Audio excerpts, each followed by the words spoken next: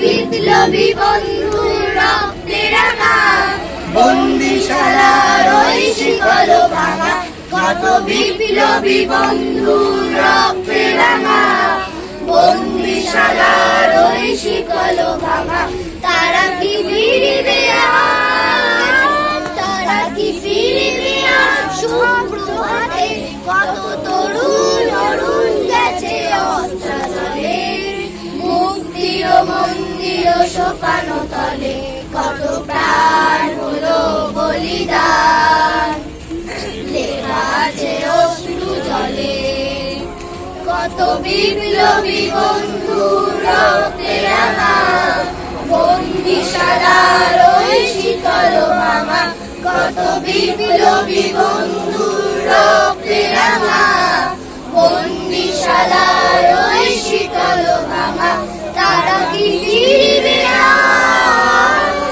তারা কি ফিরিবে সুপ্রভাতে, যত তরুণ অরুণ গেছে অস্ত্রাচলে, মুক্তির মন্দির সোপানো তলে, কত প্রাণ হলো বলিদান, লেখা আছে অশ্রু জলে, যারা স্বর্গগত তারা এখনো জানে, স্বর্গের চেয়ে প্রিয় জন্মভূমি, আজ স্বদেশ হতে মহাদীপ খানা, সেই শহীদের চরণ চুমি, যারা স্বর্গগত তারা এখনো জানে, স্বর্গের চেয়ে প্রিয় জন্মভূমি, আজ স্বদেশ হতে মহাদীপ, সেই মৃত্যুঞ্জয়ীদের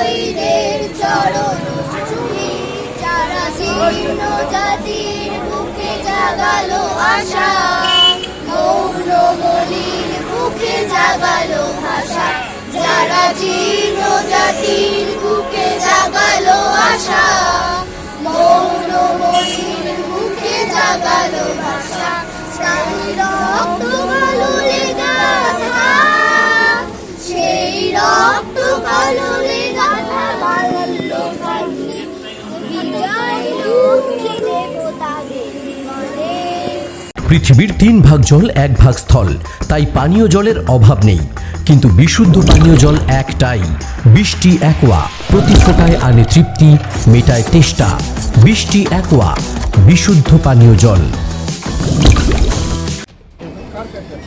আজকে 21শে ফেব্রুয়ারি ভাষা শহীদ দিবস, আন্তর্জাতিক মাতৃভাষা দিবস। মুখ্যমন্ত্রী মমতা বন্দ্যোপাধ্যায়ের নির্দেশে সারা দেশের সাথে আমাদের পৌরসভাও সামিল হয়েছে আজকের দিনটি পালন করতে।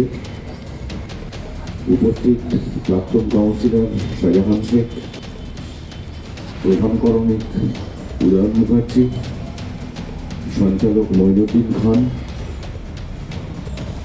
আমাদের বর্ষিয়ান মানুষ সোমনাথ কুণ্ডু মহাশয়, শিক্ষক তরুণ থেকে শুরু করে সমস্ত কর্মীবৃন্দ, আমরা উপস্থিত হয়েছি ভাষা শহীদদের সম্মান জানাতে এবং আন্তর্জাতিক মাতৃভাষা দিবস পালন করতে।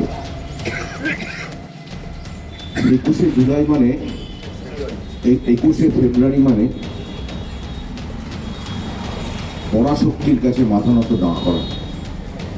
21শে ফেব্রুয়ারি মানে আন্দোলন, বিদ্রোহ।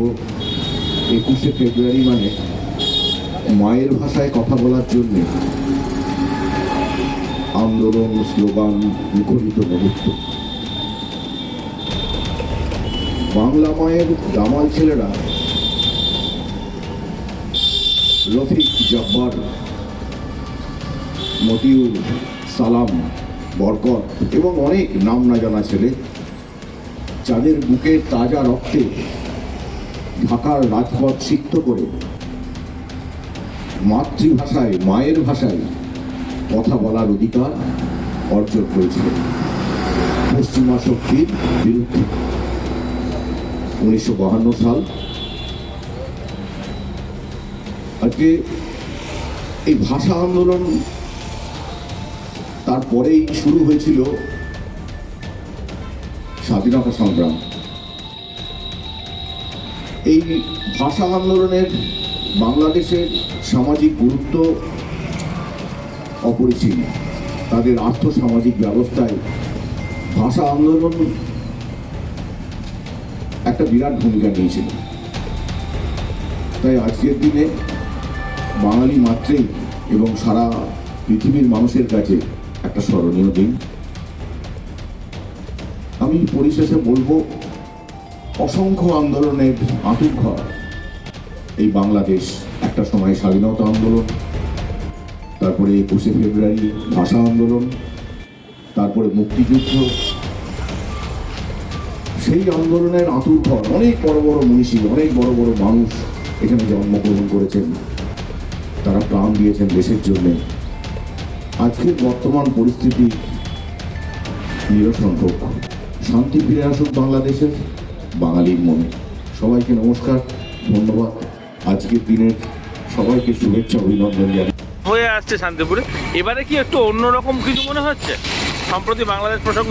হ্যাঁ, সেটা হচ্ছে প্রথমত বলে নিই, এই আন্তর্জাতিক একটা মাতৃভাষা দিবস 21শে ফেব্রুয়ারি আমাদের পশ্চিমবঙ্গ তথা ভারতবর্ষ তথা সারা পৃথিবীতে আজকে এই দিনটা উদযাপিত হচ্ছে। 1999 সালে ইউনেস্কো এই দিনটিকে ভাষা দিবস হিসেবে ঘোষণা করে।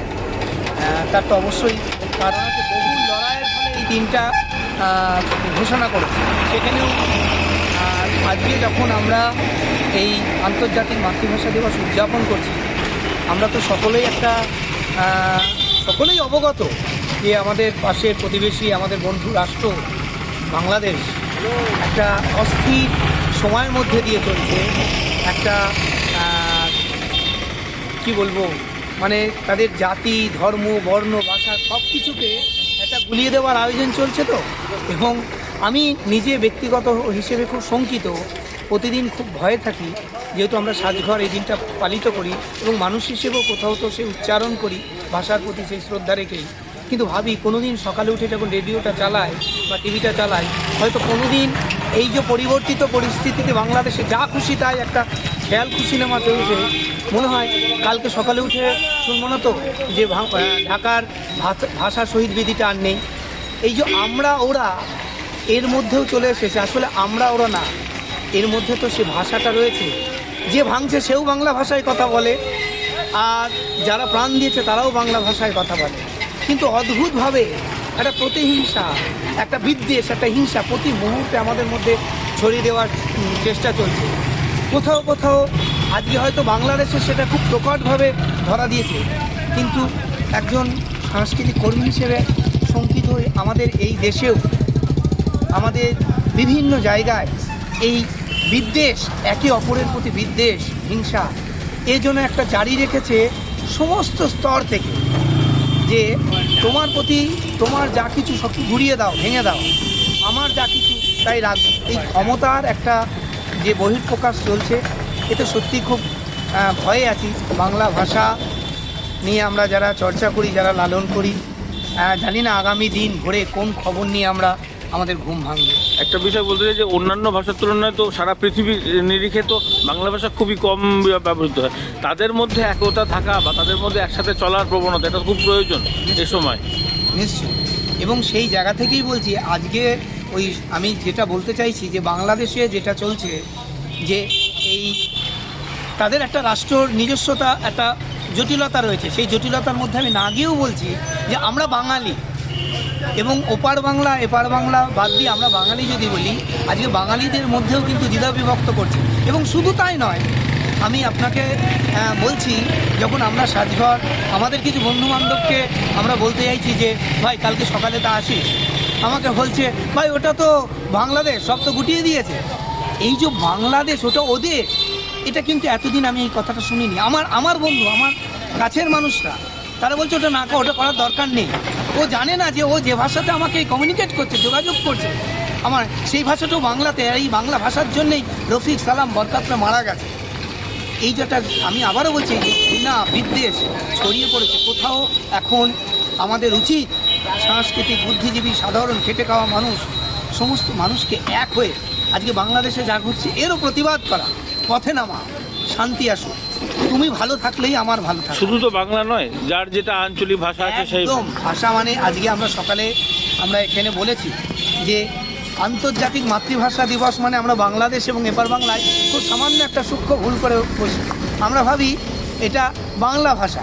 আজকে এখানে একজন একটা হিন্দিতে সেটাও দেশাত্মবোধক গান করেছে, পাশ থেকে একজনে বলে বাংলাই হোক না কেন, কিন্তু ভাষা যে পৃথিবীতে যে প্রান্তে যে তার মায়ের ভাষাতে কথা বলতে শিখেছে, সেই ভাষাকে সে শ্রদ্ধা করতে শিখবে, সেই ভাষাকে সে ভালোবাসবে, সেই ভাষাকে সে স্বীকৃতি দেবে, সেই রাষ্ট্র, সেই দেশ, সেই জননায়ক। তার জন্যেই কিন্তু এই রফিক বলা, বরকাত, সালাম, ইভেন আমাদের আসামের শিলচর, হাইলাকান্দি, করিমগঞ্জ, যে বিশাল একটা ভাষা আন্দোলনের লড়াই, আমাদের এপার ওপার বাংলা এদেশেও লড়াই হয়েছে। এদেরকে প্রণাম জানাবো, শুধুমাত্র বাংলা ভাষা না, অন্যের ভাষাকেও সম্মান জানাবো। তাহলেই সেই ভাষা তো হারিয়ে যায়, আর ভাষা নদীর মতো ক্ষয়িষ্ণু হতে হতে হতে যায়। আমরা যদি লালন না করি, আসুন, এখনো তো আদিকালের বহু ভাষা প্রায় হারিয়ে যাওয়ার মতন, এবং পৃথিবীতে ভাষা হারিয়ে যাচ্ছে, প্রচুর ভাষা হারিয়ে গিয়েছে। এবং আমরা যদি নিজেদের মধ্যে আমাদের যে ছোট ছোট জনগোষ্ঠী রয়েছে, আমরা দেখবেন আমরা একটা মেদিনীপুরের কেউ একটা যদি একটু আঞ্চলিক ভাষায় কথা বলে, আমরা খুব হাসি। আমরা ইউনিভার্সিটিতে পড়াই, ছাত্ররা যখন বলে তাকে নিয়ে হাসাহাসি করে, মেদিনীপুর, বাঁকুড়া, কিন্তু না, সে তো তার মায়ের ভাষাতেই আমাদের সঙ্গে যোগাযোগ করছে। এই একে অপরের প্রতি শ্রদ্ধা বোধ যেন আমাদের থাকে ভাষাতে। এই দিনেই বোধহয় সেই শপথ নেওয়া, প্রতিদিন মাতৃভাষা 21 তারিখ একটা আমাদের কাছে প্রতীকী, কিন্তু এইটাকে সামনে রেখে প্রতিদিন আমরা আসুন এই ভাষার প্রতি যত্নবান হই। ভাষার প্রতি অবশ্যই ইংরাজিও শিখতে হবে, হিন্দি শিখতে হবে, সমস্ত ভাষা শিখতে হবে। ভাষা তো নদীর মতো, সব কিছুকে গ্রহণ করতে হবে। সেই শ্রদ্ধাশীল হই, নিজের ভাষায় থেকে লালন করেছি। 21 দীর্ঘজীবী হোক। সালাম, বারকাত, রফিক, আসামের যে যারা শহীদ তাদের প্রতি শান্তিপুর সাজঘরের পক্ষ থেকে আমাদের প্রণাম। আপনার নাম পরিচয়? আমার নাম সুমিত বন্দ্যোপাধ্যায়, শান্তিপুর সাজঘরের নাট্যকর্মী। নদিয়ার সব থেকে বড় English medium school JRS public school প্রায় 35 বিঘা জমির ওপর গড়ে উঠেছে বিশাল ক্যাম্পাস। নার্সারি থেকে শুরু করে উচ্চ মাধ্যমিক, ITI college, law college, BEd college, ভর্তি চলছে। JRS public. আপনি কোথায় ইনভেস্ট করবেন, কেন করবেন বুঝতে পারছেন না তো? সঠিক গাইডলাইন পেতে আজই আসুন নদিয়ার চাকদাতে নিবেদিতা প্রাইভেট লিমিটেডে।